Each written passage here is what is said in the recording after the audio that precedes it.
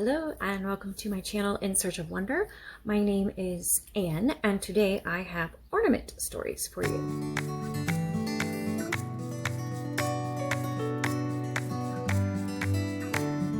This is the second time I am filming this. The first one, technical difficulties happened and I completely lost the video. So, trying again. This was my son's idea. He is very anxious for me to do this and share this with you all. So try to get this out this week. We were putting our ornaments on our Christmas tree and he said, hey, you should make a video of all the stories behind the ornaments on our tree. So that is what we're doing today. We have our regular tree up here that has some ornament, not as many, but some ornaments that are, have special meaning or meaningful, whatever. And then we have two trees downstairs. One is the boys' tree. It's like a Charlie Brown looking kind of tree from IKEA, and they put their ornaments on there that they made or were given to them specifically. And then we have our tree, which has ornaments from my husband and mine, has ornaments that are my husband's and mine from when we were growing up or that we made at some point when we were younger, etc. So ornaments that are particularly meaningful for us or ones that people have given specifically to us. So we'll take you on a little tour of our trees and the ornaments that are particularly meaningful and have a story. And the stories of our ornaments kind of tell our story. Okay, so here is our tree. Let's start at the top. So this star is unfortunately not lit this year because after serving faithfully for, I guess, 16 years, the bulb went out. So we need a new bulb and we haven't replaced it yet. So it's not working, but we bought this star our very first Christmas together at a nursery. They did like a whole train display at Christmas time and had like all kinds of other fun stuff happening at Christmas time. It was about an hour away from where we lived. And we went there and got our star for our tree and one or two other things that we still use every Christmas. So that's a special memory. I have these pearl branches that I got very early on in our life together, and I just tuck them into the tree periodically. And I keep thinking I need to redesign my tree somehow, but I just love these so much and I can't think of anything that I would like better. So I keep doing them even though they're getting kind of ragged after more than a decade of use, almost 2 decades. Then I also have these hanging candles. I worked at Yankee Candle when I was a teenager and into my early 20s. And so I got a 50% off discount there. I don't know if they still do that. So one of these packs of candles I bought back then. The other pack I had bought since that time, but they're also from Yankee Candle. So I have red and white ones and I hang them every year as well on the tree. And have had them for probably almost 20 years, I think. Then we have some other special ornaments here on the tree. This little paper star tucked away here, we bought several years ago when we went to Florida to visit my sister for Thanksgiving, and we took the train. And I can't remember if it was on our way back from the trip or on our way to the trip. We had time to kill, so we were walking around the downtown of Alexandria where the train station was, and they had one of those gift shops. I forget what it's called, but they sell handcrafts from around the world, particularly from underprivileged people in developing countries. And this was one of those. I forget now where they were made. Somewhere in the East, maybe India or something like that. And so we bought 4, one for each of us. And so we each hang one on the tree every year. So there's 4 of those somewhere on the tree. And then this is from Williamsburg. We have a few Williamsburg ornaments on our tree. For a while, we did season passes to Colonial Williamsburg because we have a couple of history buffs in our family, and it's also just a really fun place to go for a quick getaway for us. So we have a couple different ornaments from Williamsburg on the tree. Here's another one. This is a wooden one, wooden cutout. Every year, my boys make ornaments. Well, they did up until last Christmas was, I declared, the last one. And they make ornaments to give to the extended family as a gift from them. And this is one that they made one year. It's one of those plastic bulbs, and we just squirted different colors of paint on the inside and let it drip dry, and it created like this marble effect. And this is one of the cool ones that they ended up doing. So I kept that one. This is our first Christmas together ornament. My husband and I bought that. I believe that is one we bought at the same nursery where we got the star at the top of the tree. And this is a blown glass ornament. For a couple years in a row, my husband and I went on a missions trip to help a young church, kind of one of our sister churches in West Virginia, to put on a VBS.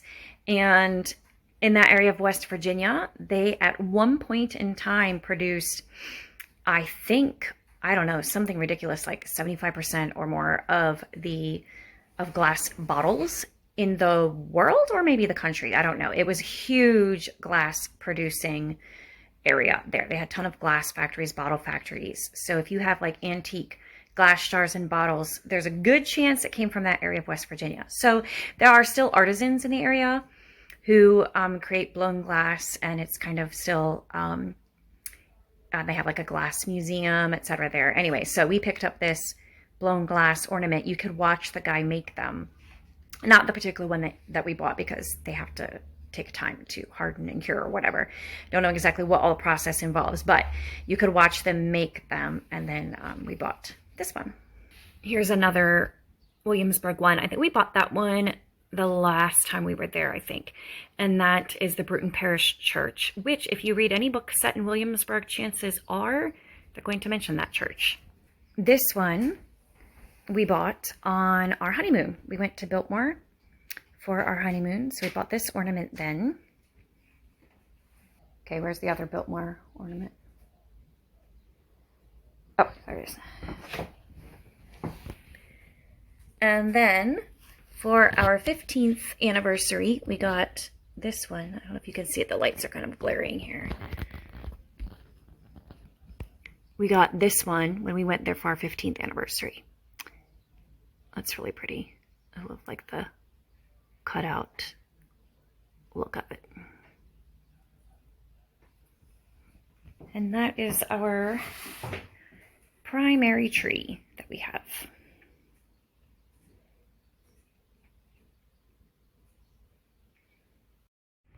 So this is one of our trees downstairs. This one is where my husband and I have put our ornaments, like from our childhood and our any kind of just fun ornaments that we get as adults.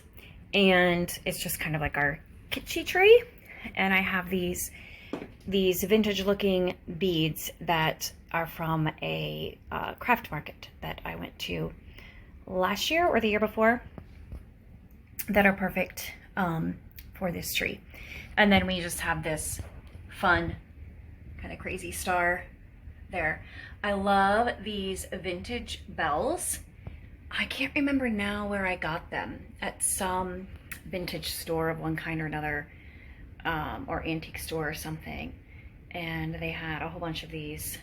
They're probably like from the mid-century era, and I have like 6 or 7 of them in different designs. And then just some other fun ornaments, either from our childhood or that friends have given us in more recent years, or that have good memories. Like this one was from my grandmother, from her collection of ornaments. I'm pretty sure she made that. Either that or my mom made it and gave it to her. I have to get the story on that. This is one that my boys made. as gifts that they gave a couple years back. I have a few Russian ornaments because I lived in Russia for a few years, and this is one of them. She's called Snegorочка. She's the snow maiden, basically. And where are my other? Oh, these. I love these because they just like hang. There's Ded Moroz and a Christmas tree, Santa Claus, basically. And I have one more. Now, Easter is, the egg is traditionally an Easter symbol, but it's made like an ornament style, so I just hang out on the Christmas tree. It's really an Easter decoration, I guess. And then some other ones that have a lot of memories. This angel ornament I made. I think I made it when I was a teenager. Look at that crazy hair in the face. But I did that cross stitch, and then I like stiffened the fabric, and I don't know, made a whole craft. I don't do that anymore. I'm not crafty like that. That was back in the day. And then this was from my Sunday school teacher when I was a little girl. And I have to be honest, I was a little miffed because she misspelled my name because I'm just like Anne of Green Gables. Anne with an E. But that's okay. It was nice of her to take the time to paint an ornament for me. So I have kept it all of these years. And then this was a gift from a piano student. And here's the thing. And this was back when I was single. And so it says, Miss Anne. Some of my piano students from back in the day, they're married and they have children now, which makes me feel very grandmotherly. But, you know, I guess that's what happens. We grow old. And my husband has multiple ornaments from his childhood that his mom saved for him. Some of them he got when there was a nursery in the town where he grew up, like a garden center, and they would have Santa Claus visit every Christmas. And then if you went to visit Santa Claus, you could pick an ornament for your tree. And so they did that. I'm trying to find another one of it. He didn't hang many of his ornaments up this year. We saw that one, right? Oh, here's one. A lot of them are nutcrackers. And so they could pick one of the ornaments. The funny thing was, like, they didn't actually believe in Santa Claus or celebrate Santa Claus or anything, but they liked getting the free ornaments. So they would go see Santa Claus and get the ornament. Also, some of them were given to him by friends or family members. And then this one, I got him a year or two ago. It's a train because he loves trains, and it's made out of Lego, and he loves Legos. So it's like his favorite things all in one. I think one of my sisters gave him this one. It's the state of Virginia in, although it's kind of, something's going wrong here. No, it's not Virginia, it's Maryland. I was like, what? Like, that does not look like Virginia. No, it looks much more like Maryland. Yeah, that's Maryland, because that's where he was born and grew up. But it's a circuit board because, you know, he does computery things. And then this Orioles, because, like I said, he grew up in Maryland, so big Orioles fan. I grew up in Maryland too. If I'm a fan of anything, I guess it's the Orioles.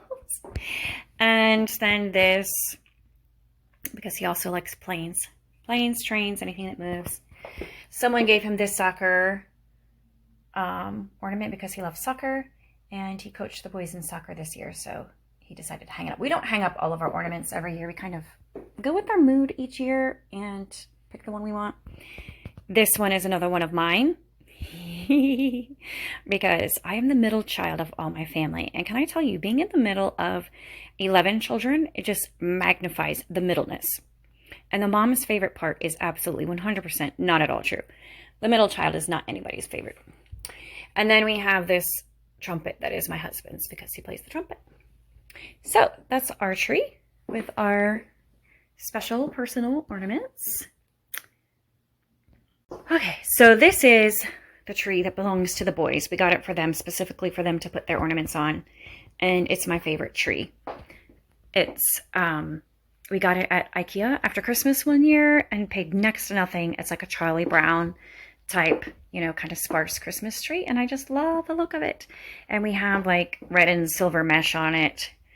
And the boys put the ornaments that they've made throughout the years, like at school and Sunday school, or ornaments people have given them. So it's kind of a memory of their growing up. So let me turn the lights on and then you can see the individual ornaments a little better.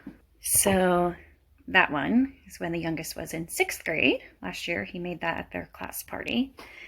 This one was obviously made at a much younger age by my older son 10 years ago. So that would have been kindergarten, I guess. And then this cute little ornament.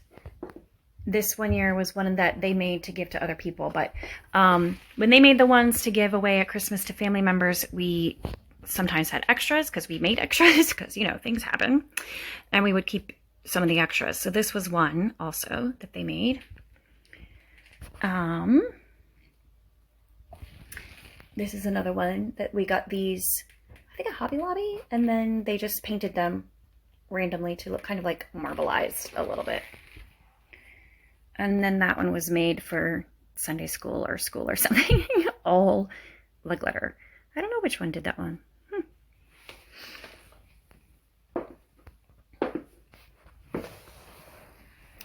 And my younger son loves dogs, so this is one of his favorite ornaments ever. He also loves Lego. So there's a little Lego nutcracker. And look at that amazing coloring. Truly lovely. And this one is one of my favorites. So my oldest son made it when he was about 2. It's a cutout wooden train. We went to see Thomas the Tank Engine because he loved Thomas the Tank Engine, watched every single video there ever was, collected every single train there ever was. So we went to see Thomas the Tank Engine at the train station in Baltimore, and they had this little activity where you could color the train ornament, and so that was his 2-year-old coloring. It's hard to see in this lighting. There you go.